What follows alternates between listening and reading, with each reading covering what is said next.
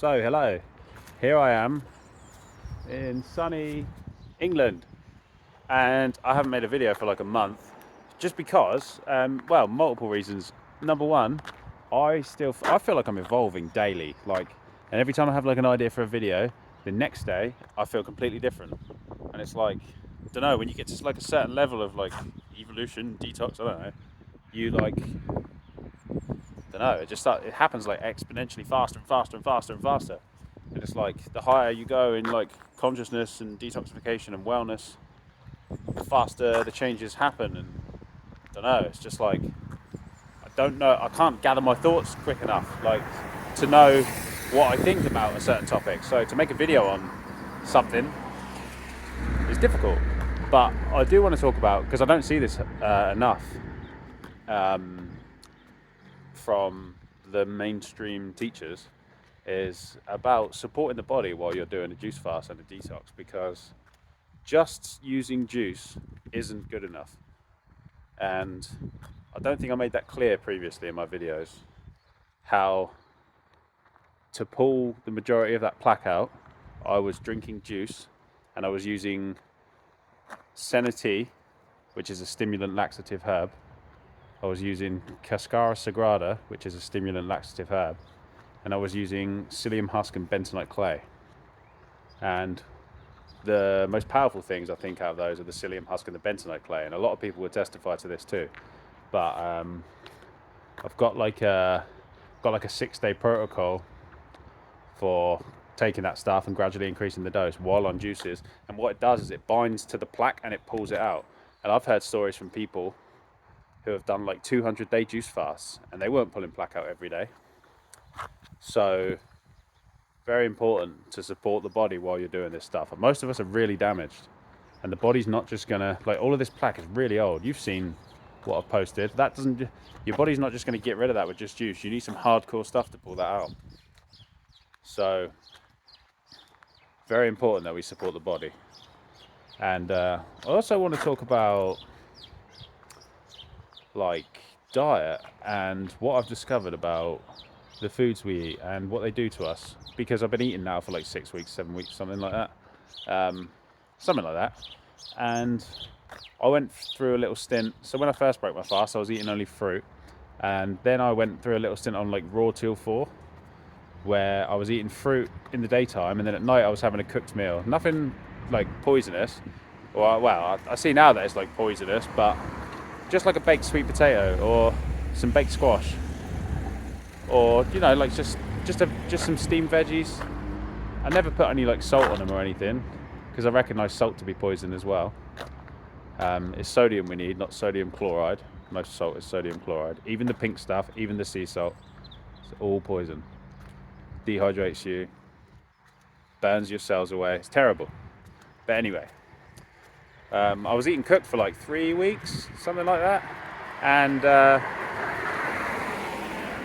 it was only after I stopped eating it about 7 days ago that I recognised what it does to us, or what it does to me. I can only speak for myself, but I feel like we've all got the same physiology, so we're all pretty much the same. And what it does is it puts like a veil on your consciousness. I think I've said this in a video before, but what it does is like, it lowers you. Hello? Sorry? A forecast? No, the photograph. Oh, I'm making a video. A video. Oh, just of myself. Never mind. Sorry? Well, I'm in the area. Yeah. All right, mate.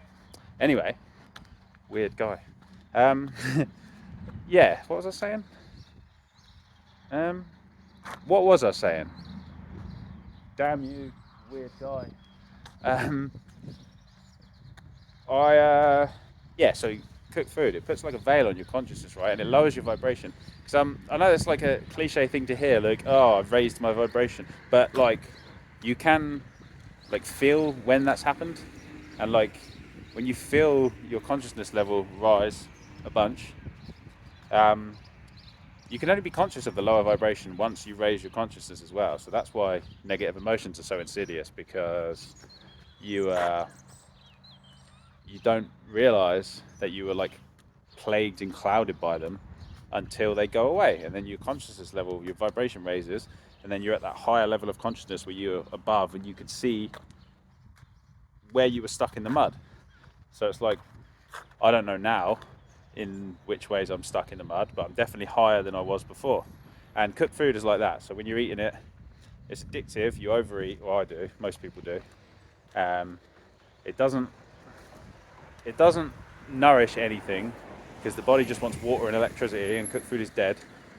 So, so it sedates and lowers us, and doesn't provide any benefit. And it's only since I started eating the raw again that I've realised I'm in like a fucking brilliant mood all day again. I've got loads of energy again, and it's taken about 7 days to get to this point. I haven't even wanted to like make videos. Like, I haven't made a video for a month, and it's because I was eating those bloody sweet potatoes. They're not good. Cooked food is not good. But most people have got so much gunk in them they can't perceive it because they're stuck in that lower consciousness. And there's people watching this going, "I'm not stuck in lower consciousness," but it's like you are, because you're eating cooked food, and if you can't perceive it, that just shows where your consciousness is at. To me, I'm not trying to be arrogant. It's just the perspective I have from the level I've got to, and I don't know. We could all benefit from learning to eat for electricity, because we're made out of like chi energy, life force, prana, whatever you want to call it, the fundamental life force that holds everything together. It's like magic soup. And eating living food like fruit and vegetables, salad, veggies, they've got electricity in them, and it fuels the pranic, the chi, whatever you want to call it. Every culture's got a word for it. Apart from the Western culture, we don't have a word for it because we're so broken. But that's what raw food does for you. And all cooked food does is sedate. It stops detox symptoms. So if you're eating fruit all day and you start feeling crappy from detox, and then you eat a cooked sweet potato, you're going to feel better because it stopped your detox symptoms. But once you get to a certain level of cleanliness, you don't feel better. You feel worse because you don't have those intense detox symptoms anymore. So, yeah, that's what cooked food does. Originally, this was going to be a video about supporting the body, which is important, but I didn't really have much to say on that, I guess. But the cooked food stuff I do. Like, I really see now, cooked food, terrible. And if you clean yourself up enough, you'll be able to perceive it as well. It's not just, don't just take my word for it. Do it. Like, clean yourself up. Don't you, if you're watching this, don't you want to be clean, happy and healthy? I'm never in a bad mood, by the way. Never. I just always feel great. Even if something bad happens, I'm just like, the negative emotions, they don't linger in me anymore because I don't have obstructions, or not as many as I used to.